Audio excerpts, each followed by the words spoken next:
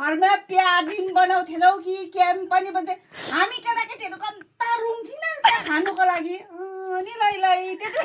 जान्थेनौ प्याजी बनाउनु कहाँ जानु त त्यति कसले 2 रुपियाँ दिन्छ र ससुरकोमा प्याजी खानुहुन्थ्यो पैसा त हुन्थेन त्यो दुःख हुन्थ्यो पैसाको दुःख कम्ता दुःख हुन्थ्यो पुरी 1 रुपियाँ गोटा बेच्थेन घर त च्यादरको घर किन्न बर्सातीको थियो नि त सिसाको बर्साती भित्र मुसुरी दाल घर त त्यसो थियो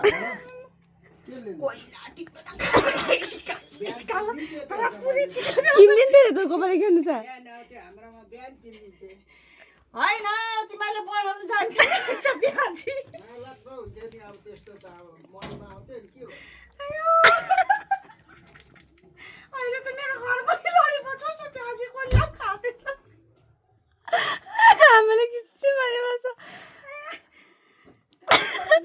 भैयालाई डल्ला थियो पुरा त्यति बेला हामी सानो भएर होला हौ अहिलेको मान्छेले यति बेला क्याडबरीहरू पनि खानु मन गर्दैन त्यति बेलाको त्यस्तो हुन्थ्यो काजु कस्तो त्यति बेला काजु के हो त्यो काजु भनेको त्यति बेला केटाकेटी हावा हुन्थ्यो नि दिनु नपाएर कस्तो हुन्थ्यो अहिले बिहान त पर घर थियो हाम्रो पर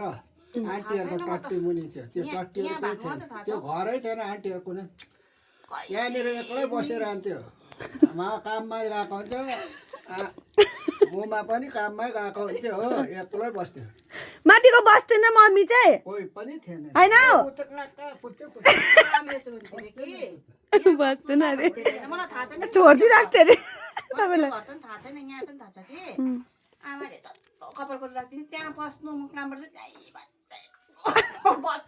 पिसाब गरेर आउँदै फेरि आमाले जस्तो रहेछ त्यस्तै अवस्थामा बसेको के भएको त्यस्तो लाटेको जान्दैन साँच्ची उता गएर नाचेर हामी च्याउनु जान्थ्यौँ कि खेदेर लाटे जामुन छाती जस्तै जस्तो लाग्छ तर आफूलाई अहिले बिहान पाखा हुन्छ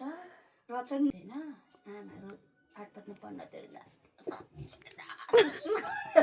स्कुलको ड्रेसमा के को जुगा के को लाप्रे बिहान आउँथ्यो घरमा यहाँ बिहान आउँथ्यो त त्यो त्यो मान्छे बिहान किनिदिन्थ्यो त सबैलाई उधारो थियो उधारहरू बिचारा नस्पति नि आधीपट्टा कुक हुन्थ्यो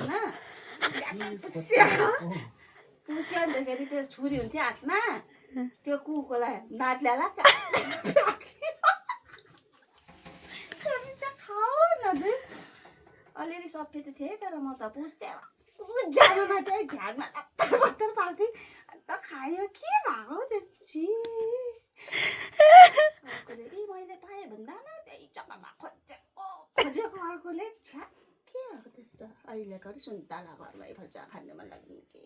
के त्यस्तो साँच्चै त्यति बेलाको जमाना हौ म त हाँस्छु नजान्थेन होला आमाले पनि जान्दै थियो अरे पैसा थिएन अरे गोपाल मुमा